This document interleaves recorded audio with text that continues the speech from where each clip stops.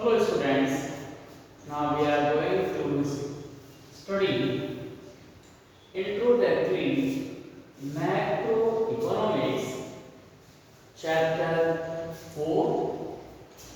Now revision is continued.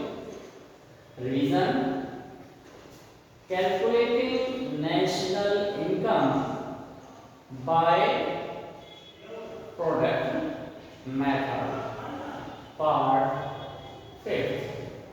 Okay, तो students हम इस पार्ट में जो नेशनल इनकम कैलकुलेट करने के जो डिफरेंट मेथड हैं उसमें से जो प्रोडक्शन मेथड है हम उसके बारे में यहाँ डिस्कस करेंगे। इसे हम वैल्यू एडेड मेथड भी कहते हैं। तो वैल्यू एडेड मेथड कहें या फिर हम प्रोडक्शन मेथड कहें, बोथ आर द सेम, दोनों ही एक ही तरह से हमारे पास कैलकुलेट करते हैं, दोनों का मतलब ही सेम है। तो यहाँ हमारे पास सबसे पहली बात आती है जब हम वैल्यू एडेड मेथड की बात करते हैं तो वैल्यू एडेड मींस कि हम उस वैल्यू को ऐड करना चाहते हैं जो हमने वैल्यू को बढ़ाया है। मतलब कैसे हमने इंक्रीज किया है, क्या हमने जो प्रोडक्शन में जो वैल्यू हमने अपनी इंगेज की है, जो हमने कॉस्ट उसके अंदर लगाई, हम क्या करते हैं उस कॉस्ट का रिवॉर्ड हमारे पास क्या होना चाहिए एज ए प्रॉफिट, हम क्या करते हैं हम उसके अंदर गेन कर लेते हैं, कुछ हम उसके अंदर बढ़ा देते हैं। तो वही जो बढ़ाते हैं वो वैल्यू ऐड हो जाता है। तो ये हमारे पास क्या होता है, वैल्यू एडेड होता है। तो हम सबसे पहले यही जानेंगे कि वैल्यू एडेड क्या है। और वैल्यू एडेड जब हम इंडिविजुअल बेस पर करते हैं तो उसे वैल्यू एडेड बोल देते हैं, और जब हम उसे कंट्री लेवल की बात करते हैं तो कंट्री लेवल पर यही चीज ग्रॉस वैल्यू एडेड कहलाती है। ओके, तो स्टूडेंट सबसे पहले आप वैल्यू एडेड के बारे में समझेंगे। उससे पहले हम यहाँ पर देखते हैं कि आपके पास हमने एक आर्टिकल जैसे बना लिया। मान लीजिए कि ये एक आर्टिकल हमने बनाया है, ये देखिए एक हमने यहाँ एक आर्टिकल है, इस तरह से हमने एक आर्टिकल बनाया, ये एक ए आर्टिकल हमने बनाया, ए आर्टिकल बनाया। और इस आर्टिकल को बनाने में हमने जो यहाँ पर जो कॉस्ट हमारी लगी है वो हमारे लिए लगी थी, मान लीजिए ये 1000 रुपीज हमारे पास लगे। ओके, ये हमारे पास लगे। ओके, अब हमने क्या काम किया, इस पर जो टैग लगाया, मतलब ये वैल्यू हमने जो इसके अंदर लगाई वो हमारे पास कितनी थी, ये हमारे पास आ गई। ओके, अब इसके बाद हमने क्या काम किया, इसके ऊपर एक टैग लगाया। जो हम टैग लगाएंगे तो वैल्यू हम इसके अंदर बढ़ाएंगे। तो हम अगर उसको वैल्यू को बढ़ाते हैं तो ये हमारे पास हमने ये जो टैग लगाया ये हमारे पास ये आर्टिकल में हमने इसके ऊपर ये टैग लगा दिया 200 रुपीस। ये हमारे पास 12 रुपीस का हमने इसके ऊपर टैग लगाया। तो जो हमारे पास वैल्यू एडेड हुई, इस बेस पे हम यहाँ समझे कि वैल्यू एडेड हमारे पास कितनी हो गई, वो हमारे पास क्या हो गई, क्या हम इसमें से जो हमने क्या किया है कि ये जो हमने इसके ऊपर टैग लगाया, ये जो हमने इसके ऊपर टैग लगाया है ये कितना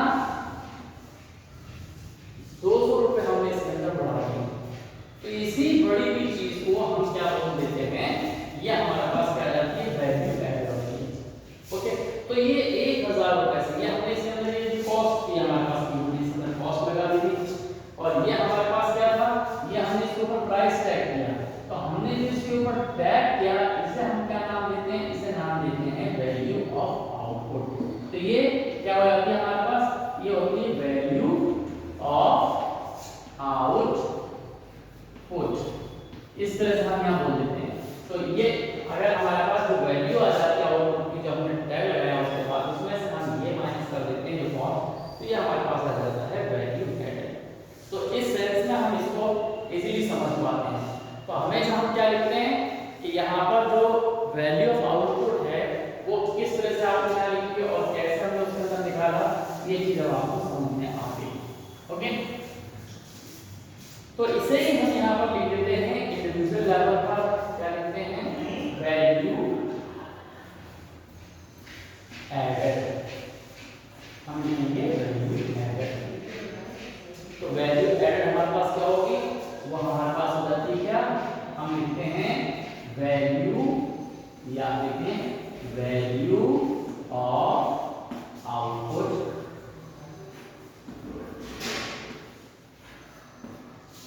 ओके, और इसमें जो हम वैल्यूज में लगा रहे हैं, जो हम कॉस्ट लगा रहे हैं, वो कॉस्ट जो हमारे पास क्या कहलाती है, वो कहलाती है इंटरमीडिएट कॉस्ट। इसमें से हम क्या कर देते हैं, इंटरमीडिएट कॉस्ट, क्या करेंगे,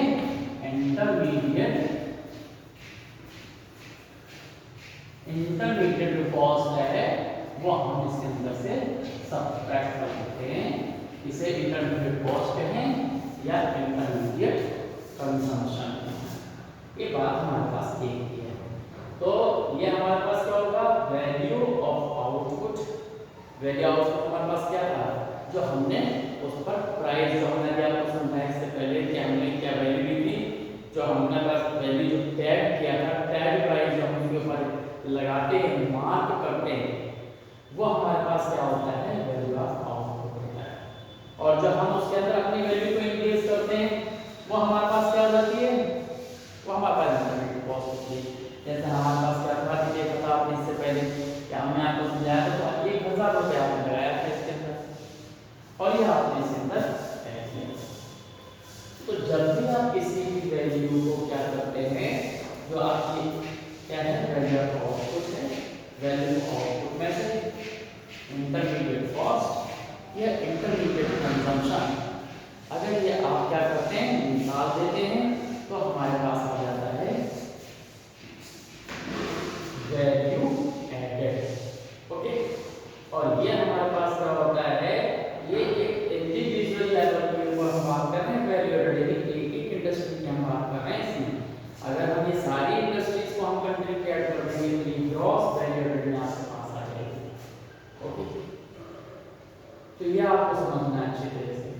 तो यहाँ हमारे पास जो वैल्यू एडेड है वो क्या हो गया, value output minus intermediate consumption, और इसकी भी एक कंडीशन है, और वो कंडीशन आपको क्या है कि ये जो हमने आर्टिकल बनाया या जो हमने प्रोडक्शन बनाया है, जिस ईयर हमने बनाया है, जो हम फाइनेंशियल ईयर की बात कर रहे हैं, कि जिस फाइनेंशियल ईयर में हमने बनाया है, अगर वो प्रोडक्शन उसी ईयर में बन गया, उसी ईयर में बिक गया, तो हमारे पास केवल ये हो जाएगा value of output minus intermediate consumption. मतलब इसके अंदर क्या हो जाएगा, और जो हमारे पास क्या होता है, हम यहाँ पर लिखते हैं कि और जो हमारे पास है, ऑल सोल्ड, सारा का सारा हमने उसी ईयर बेच दिया। लेकिन अगर हमारे पास क्या हुआ, सारा का सारा नहीं बिका और कुछ हमारे पास बच गया, तो हमारे पास फिर क्या होगा, इसका मतलब हमारे पास कुछ ना कुछ स्टॉक बच जाएगा। अगर वो स्टॉक बच गया, तब हमारे पास ये जो वैल्यू एडेड है, इस वैल्यू एडेड में थोड़ा सा मॉडिफिकेशन आ जाता है, हम उसमें थोड़ा सा मॉडिफिकेशन कर देते हैं, थोड़ा सा उसमें चेंज कर देते हैं। अब वो चेंज क्या होगा, तो वो चेंज आपके पास क्या होगा, वो यहाँ आप समझ लीजिए कि अगर आपके पास कुछ वैल्यू बच रही रिमेन टू सोल्ड, तो हमारे पास याद रखिए, ये फिर हमारे पास जो केवल value of output minus intermediate consumption है, ये नहीं रहेगा, इसकी जगह थोड़ा सा हम उसमें मॉडिफाइड कर देंगे। और क्या मॉडिफाइड होगा कि जो आपका बचा हुआ पोर्शन है वो इसमें ऐड हो जाता है। क्या हो जाएगा, ये आपके पास आ जाएगा वैल्यू ऑफ आउटपुट, या यहाँ देखें वैल्यू ऑफ आउटपुट, और जो हमने बताया आपको कि प्लस क्या चीज बचा, स्टॉक जो बचा उसे ऐड कर देते हैं। तो यहाँ लिखते हैं चेंज इन स्टॉक, ये हमारे पास क्या हो जाएगा, चेंज इन स्टॉक, ये हमारे पास चेंज इन स्टॉक आपके पास यहाँ आ जाता है। ओके, और बाकी क्या होगा, माइनस इंटरमीडिएट, ये इंटरमीडिएट यहाँ डॉट लगाते हैं, कंजम्पशन या कॉस्ट, इंटरमीडिएट कॉस्ट, ये शॉर्ट में इंटर लिखा है, इंटरमीडिएट कॉस्ट हो गया। ये कब होगा, ये कब होगा, जब हमारे पास क्या होगा, कुछ जो स्टॉक है वो हमारे पास क्या हो गया, रिमेन टू सोल्ड, ये हमारे पास कुछ जो है वो हमारे पास क्या होता है, बिकने से रह जाता है। अगर बिकने से कुछ रह गया है तो हम उसको क्या करेंगे, इस तरह से उसे हम वहां पर जो चेंज इन स्टॉक है उसके फॉर्म में हम ऐड कर देंगे, और बाकी जो है आपका जो इंटरमीडिएट कंजम्पशन है वो हमेशा होती है। ओके, ये आपको समझ में आ गया, यही चीज आपके पास आती है।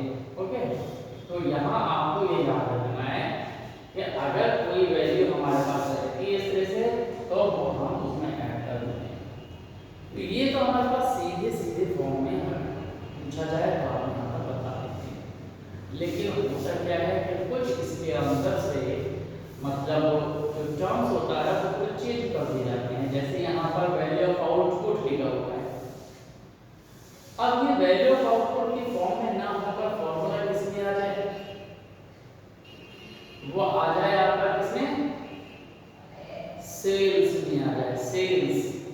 तो ये जो हमारे पास क्या है, ये वैल्यू ऑफ आउटपुट, ये हमारे पास क्या आती है, सेल्स। ओके, सेल्स, और ये चेंज इन स्टॉक आपके पास वैसे ही रहेगा, और वो जो हमारे पास क्या है, इंटरमीडिएट कॉस्ट है, जिसे हम इंटरमीडिएट कंजम्पशन बोल देते हैं, वो हमारे पास आ जाता है परचेज। तब हमारे पास क्या हो जाएगा, ये जो हमारे पास जो हमने यहाँ फॉर्म लिखी है ये फॉर्म थोड़ी सी चेंज हो जाएगी। ओके, और जब हम ग्रॉस लेवल पर, कंट्री लेवल पर बात करेंगे तो ये हमारे पास क्या हो जाएगा, ग्रॉस, ये हमारे पास आ जाएगा ग्रॉस वैल्यू एडेड। ओके, ये आपको अच्छी तरह से समझ में आ गया होगा। हमें क्या करना होगा, अगर स्लैब हमारे पास दिया है तो स्लैब में अगर चेंज इन स्टॉक है तब हम ये फॉर्मूला लगाएंगे, चेंज इन स्टॉक नहीं है तो हम ये लगाएंगे। ओके, लेकिन याद रखिए कभी चेंज इन स्टॉक सीधे सीधे ना देकर वो उसके टर्म में दिया जाता है, इसमें क्लोजिंग स्टॉक और ओपनिंग स्टॉक दिया जाता है, तब भी हम ये लगाएंगे क्योंकि फिर हम चेंज इन स्टॉक उसमें निकाल लेंगे।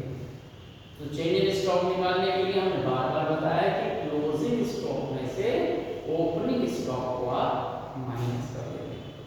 ये सीधी सी बात आपके समझ में आ गई है।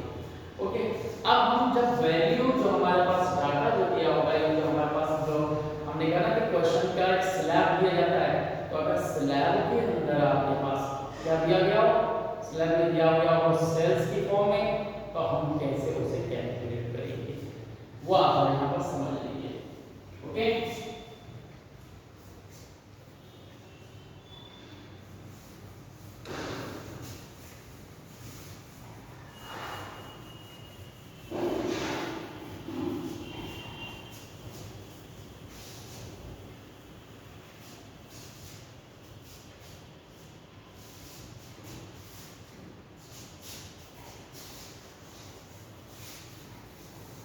देखिए तो जो हमारे पास आएगा उसे यहाँ पर हम बोल देते हैं GVA, और हमेशा क्या होता है ये एट एमपी पर ये कैलकुलेट होता है, GVA एट एमपी, इसे हम क्या बोल देते हैं GVP, यही हमारे पास GVP होता है, मतलब इसी को आप क्या बोल देते हैं GVP एट एमपी, यही हमारे पास। तो अगर हमने क्या निकाल दिया है, अगर हमने GVA निकाल दिया है तो उसका मतलब है कि वही हमारे पास GVP एट एमपी है। ओके, बाद में कन्वर्जन में काम आता है आपके, अगर भूल जाते हैं तो जैसे इंडिकेट भी जो है हम उसको डोमेस्टिक मान के कर लेते हैं, तो ये जीपी एचएमपी जब हम इसको कैलकुलेट करते हैं तो ये हमारे पास कैसे निकलता है। तो इसमें क्या होता है, क्या लिखा होता है, सेल्स। तो सेल्स हम यहाँ पर लिखेंगे कि ये यहाँ आपके पास सेल्स। सेल्स का मीन क्या हो गया, बेचा गया। ओके, अब बेचा गया यानी सेल किया गया। तो कंट्री में जो सेल होता है वो दो तरह से होता है, हमने पहले भी बताया, या एक बार फिर आप रिवीजन में उसको समझ लीजिए, या जिन लोगों ने यहाँ पर अभी तक नहीं देखा या नहीं समझा वो फिर से यहाँ समझ लें कि सेल्स के दो पार्ट होते हैं। एक सेल्स का मतलब होता है कि हम देश के अंदर बेच रहे हैं, और एक हम देश के बाहर बेच रहे हैं। तो ये अगर केवल सेपरेट सेल्स लिखा है तो इस सेल्स का मतलब है कि इसमें देश का और जो बाहर का बिका हुआ पोर्शन है वो दोनों इंक्लूड हैं। अगर इसको अलग अलग लिखकर दे दिया गया, जैसे लिखा गया हाउस होल्ड सेल या डोमेस्टिक सेल, तब हम इसको अलग अलग ट्रीट करेंगे। कैसे ट्रीट करेंगे वो देखेंगे। तो इस सेल्स के दो पार्ट हो गए, एक यहाँ पर हम तो ये हमारे पास क्या हो जाएगा, यहाँ पर हो जाएगा पहले इसका क्या हो जाएगा, इसे हम बोल देते हैं sales to household, to household. Okay, तो हम जब टू हाउस होल्ड लिखेंगे तो कैसे आपके पास आएगा, यहाँ समझ लें, प्रोडक्शन में लिखा दें यहाँ पर। ओके, तो ये होगा सेल्स, यहाँ पर लिखा होगा टू हाउस होल्ड,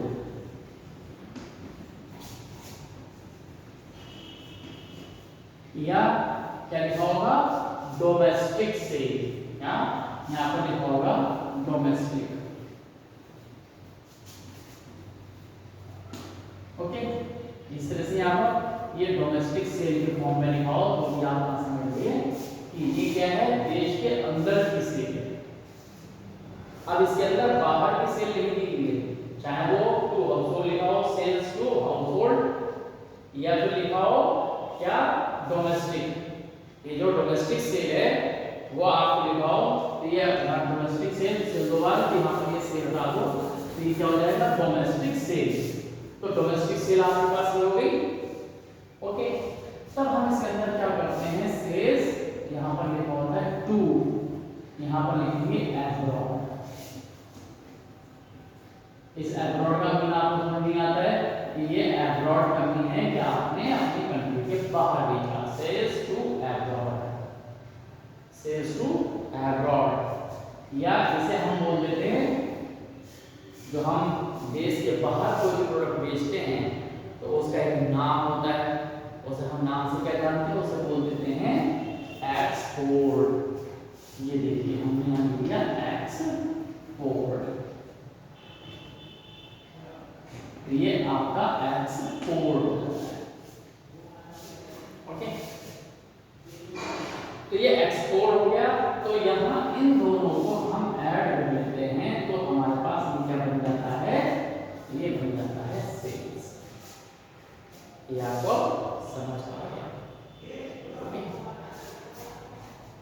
अच्छा, कभी कभी हमारे पास जो है सेल्स जो है वो इस तरह से नहीं दी होती है कि हाउस होल्ड या डोमेस्टिक या इस तरह से, वहां पर जो सेल्स दी होती है वो अलग तरह से दी होगी। वहां पर सेल्स क्या होगा, वहां पर जब सेल्स निकालेंगे तो सेल्स निकालने के लिए तो हमारे पास जो फॉर्मूला बनता है वो ये समझ लें कि वहां पर जो सेल्स होगी वो दूसरी तरह से लिखेगी। सेल्स निकालने का एक दूसरा तरीका होता है, वो क्या होता है कि कभी कभी, अब जैसे हमें मान लीजिए कि ये नहीं दिया उन्होंने कि सेल्स टू हाउस होल्ड या डोमेस्टिक, यहाँ पर एक दूसरे उन्होंने कॉन्सेप्ट कर दिया, और वो क्या कर दिया, जैसे कोई भी इंडस्ट्री है और उन्होंने ये कह दिया कि हमारी जो है आप 10,000 यूनिट की, नंबर जो यूनिट्स हैं वो सेल्स जो है कितनी है, नंबर ऑफ यूनिट, जो नंबर ऑफ यूनिट जो हमारे पास है वो सेल्स कितनी हुई, 10,000 यूनिट हुई। और जो प्राइस है, जो प्राइस है एक यूनिट का, तो पर यूनिट प्राइस दिया होता है, पर यूनिट प्राइस, और नंबर ऑफ यूनिट दिया होता है आउटपुट। तो number of unit of output,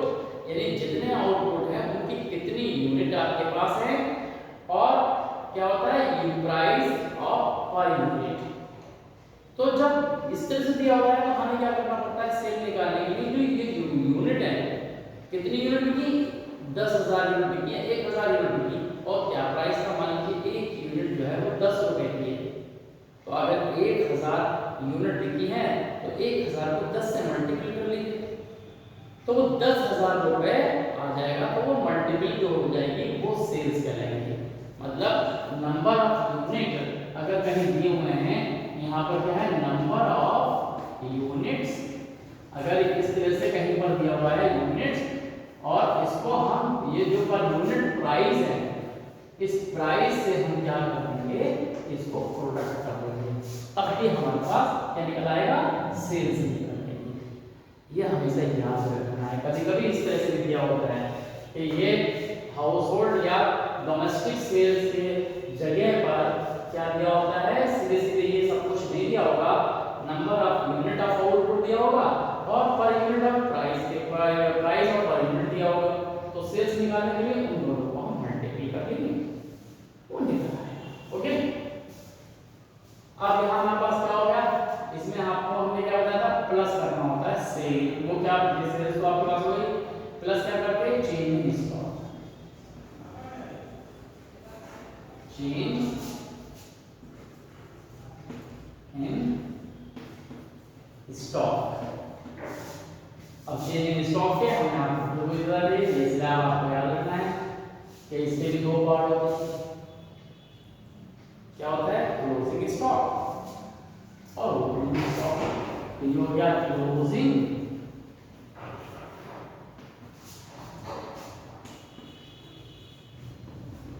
और यहाँ पर ओपनिंग।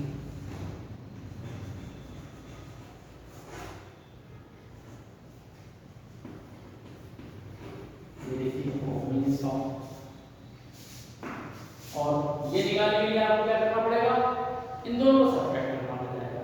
तो आप इसको सब्ट्रैक्ट करेंगे तो ये क्लोजिंग में से ही ये हमेशा ओपनिंग को सब्ट्रैक्ट करना है।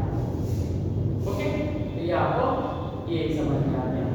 और जो तीसरा हमने इसके अंदर पढ़ा क्या बताया था, वो हम माइनस करते हैं। तो ये माइनस आप क्या करेंगे, यहाँ ये प्लस हो जाएगा, यहाँ माइनस है, और माइनस क्या करेंगे, यहाँ पर आप क्या करते हैं, परचेज। क्या हो जाएगा, परचेज। परचेज मतलब कोई इंटरमीडिएट कंजम्पशन जो हमने बात की थी। तो यहाँ परचेज के भी दो पार्ट हो जाते हैं। अब परचेज के दो पार्ट कौन से हो जाएंगे, वही हो जाएगा जैसे यहाँ पर सेल्स के दो पार्ट होते हैं। परचेज का मतलब खरीदना, और खरीदेंगे भी तो आप दो तरह से खरीद सकते हैं। दो तरह से खरीदना होता है कि एक आप देश के अंदर किसी इंडस्ट्री से खरीद रहे हैं, या फिर आप अब्रॉड से कहीं से मंगा रहे हैं। तो ये दो चीजें हो गई आपके पास। तो इन दोनों को हम ऐड कर देंगे, तब भी हमारे पास क्या हो जाएगा, परचेज आ जाएगा। ओके, तो परचेज का मतलब ये है कि जो इंटरमीडिएट कंजम्पशन था आपका, तो परचेज आपके पास क्या हो जाएगा, पहला आपके पास क्या था, यहाँ पर क्या लिखेंगे आप उसके अंदर, तो परचेज में हम जब करेंगे क्या लिखेंगे, यहाँ पर फ्रॉम लिखेंगे, फ्रॉम। ये क्या होता है, फ्रॉम।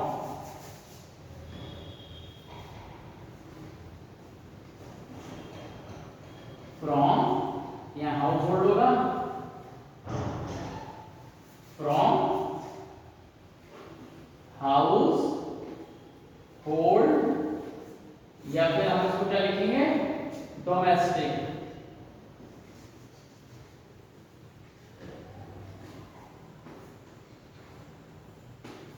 ये domestic. Okay, from house hold यानी कि देश के अंदर किसी इंडस्ट्री से खरीदा आपने। ओके, और दूसरा आपके पास क्या है, आपने अब्रॉड से कहीं से खरीदा, तो वो हमारे पास ये आ जाएगा, वो क्या हो जाएगा, फ्रॉम अब्रॉड। फ्रॉम अब्रॉड हम क्या बोल देते हैं,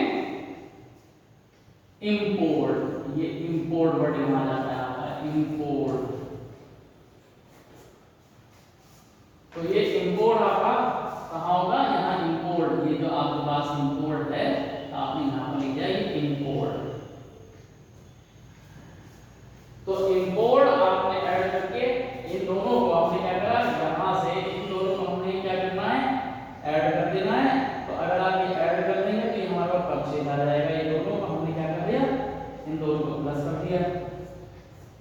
ओके,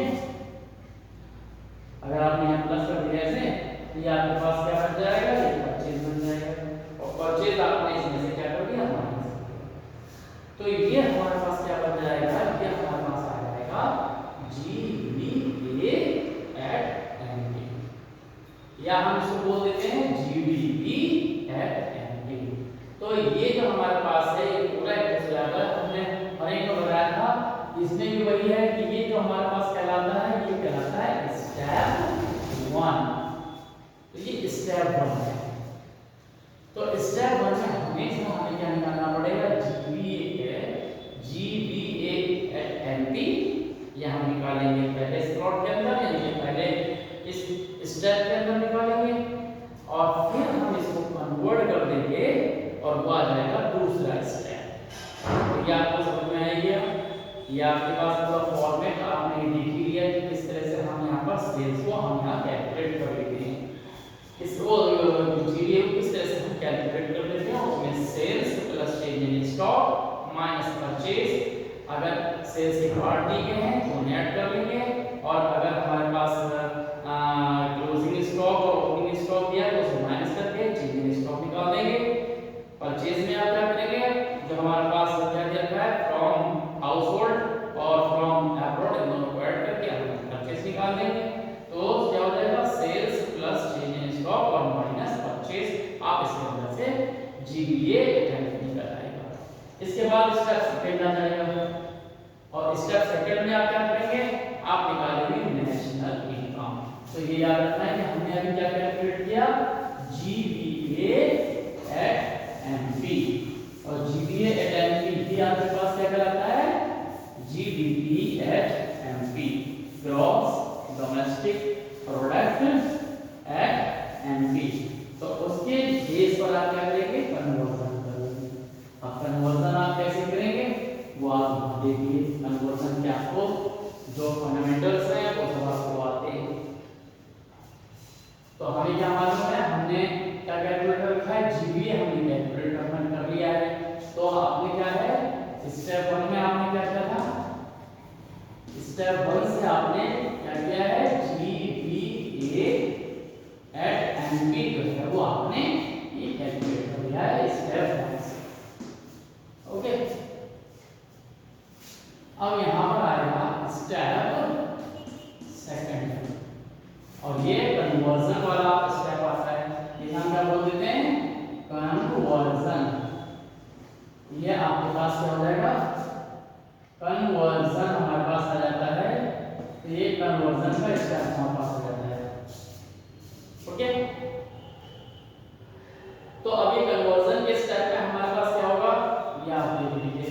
हम क्या करते हैं, हमें नेशनल इनकम निकालनी है। कन्वर्जन स्टेप में हम क्या करते हैं, नेशनल सेकंड स्टेप जो हमारे पास आएगा वो आएगा क्या, हमारे पास आता है national income. National income, national हम इनकम यहाँ पर निकालेंगे, और नेशनल इनकम आपके पास क्या कहलाती है, ये कहलाती है NNPFC। ये हमें निकालना है। ये जो हमारे पास सेकंड स्टेप है, या तो नेशनल इनकम कहा जाएगा या फिर आपसे कोई एग्रीगेट कहा जाएगा। तो जो भी कहा जाए आप उसको वैसे ही निकाल देंगे। ओके, तो NNPFC के अंदर आपको क्या करना है कि जो फर्स्ट स्टेप से आपने जीवीए कैलकुलेट किया है, ये वो आपने यहाँ पर लिख देना है, GVA at NP। याद रखना है कि P जो है वो डोमेस्टिक को बता रहा है, और ये याद रखना है डोमेस्टिक को ही नेशनल पर कन्वर्ट करना होता है। तो पहले स्टेप में हमारे पास क्या होता है, हमेशा हम क्या करते हैं, ये राइट से हमेशा लेफ्ट में ही जाएंगे हमेशा। तो G को N में कन्वर्ट करना, मतलब लॉस को नेट पे, पहले ये नेट है। तो इस तरह से हमारे पास क्या होगा, जब भी ग्रॉस से नेट पे जाएंगे तो ग्रॉस बड़ा है, इसलिए हम माइनस कर देते हैं। उसका रिलेशन किससे होता है, डेप्रिसिएशन से होता है, डेप ऑन डिप्रिसिएशन।